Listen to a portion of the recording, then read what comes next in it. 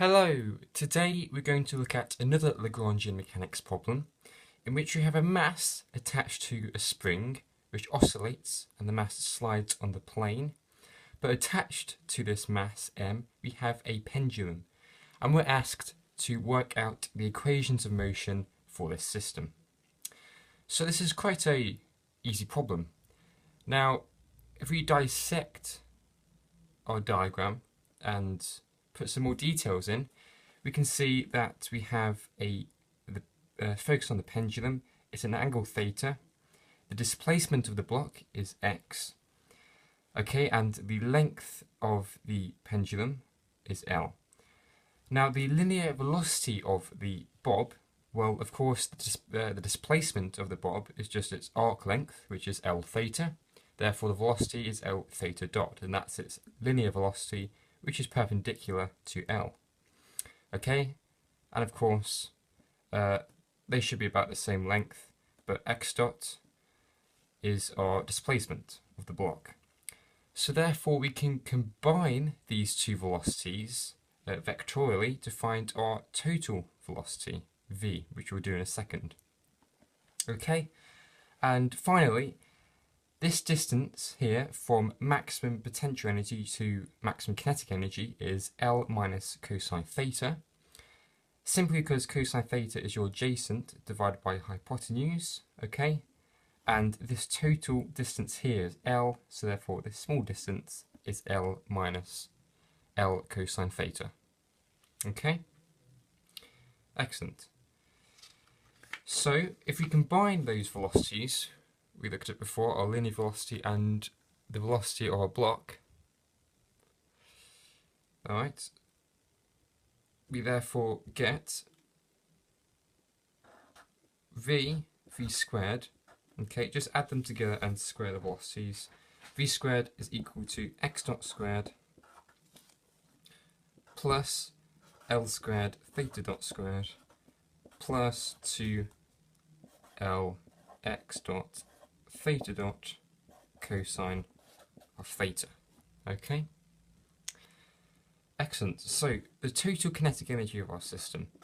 Well, the kinetic energy of our block is simply a half mx dot squared. Okay, and then the kinetic energy of our bob, that's just a half m multiplied by our velocity squared, which is x dot squared plus L squared theta dot squared plus 2Lx dot theta dot. Okay? Because we're going to take the case in which theta is infinitesimal, therefore the cosine of a very small angle is just 1. Alright? Now, let's look at our potential energies. V. Potential energy of our block, well, that's just a half kx squared, where k is the spring's constant of our spring. And then we have the potential energy of our bob, which is just mgl. And then we have 1 minus cosine theta, as we established before. That's the height of our pendulum. Okay, now we can rewrite this as half kx squared plus mgl. Okay, but now cosine theta, you can use Taylor's series, alright, and we can get 1 minus theta squared over 2. So the Taylor series of cosine theta, okay, at least for an infinitesimal angle, this is all that matters. Alright, the ones cancel and we get our potential energy as a half kx squared plus mgl theta squared over 2. Alright, so we can write our Lagrangian as L is equal to a half mx dot squared plus m over 2 x dot squared plus L squared theta dot squared plus 2L x dot theta dot. Okay, and then from that we minus a half kx squared minus mgl theta squared over 2. So that's our Lagrangian for the system. Now we have two Lagrange equations for our two independent coordinates, alright, and they are d by dt is dl by dx dot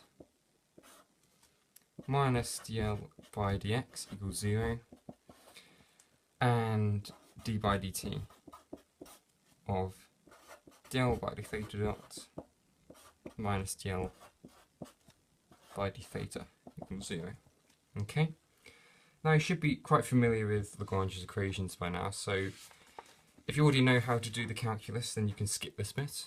I guess you could solve the problem yourself. But for those who don't, we're going to go over it now. So first of all, let's look in terms of x first of all. So dl by dx dot. Okay.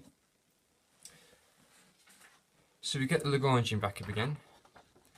We can see that if we differentiate with respect to x dot, we bring the 2 down, which gives you mx dot, and then little mx dot, okay, and that gives you also ml theta dot.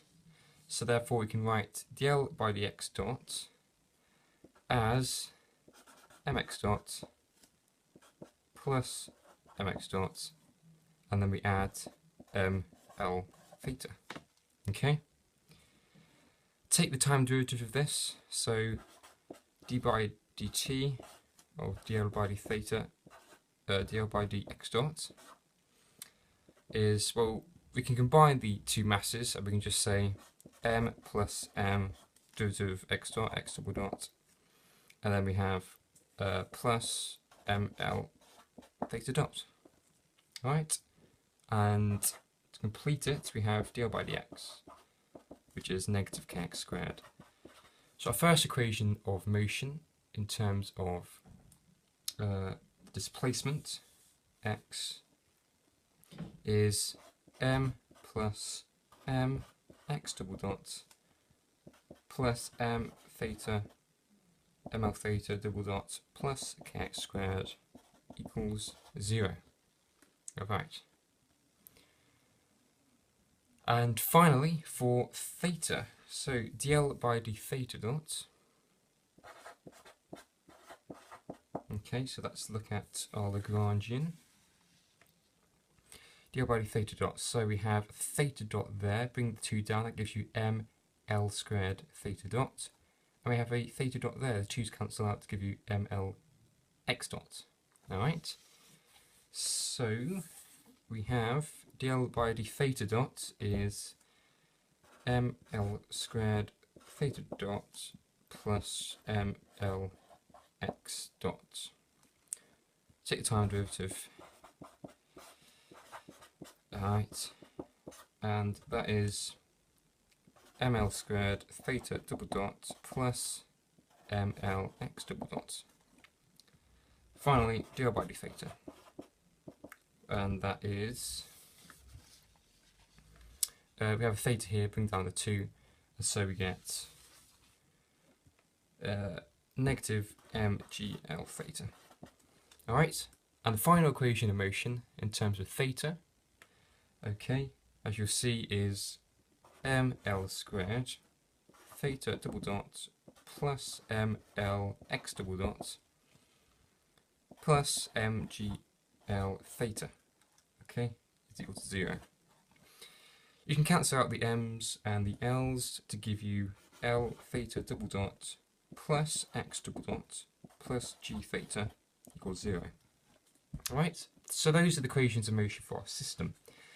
Now, if you exclude the fact that we have a mass oscillating on a spring, well, you're just going to have a simple ordinary pendulum, aren't you? And that makes sense because we look at the equations of motion, x double dot will go to 0. Okay, so we have L theta double dot plus G theta equals 0. And as you can see, that is the equations of motion for a simple pendulum undergoing harmonic oscillation. Okay, so there's a nice little problem to add to your Lagrangian mechanics exercises.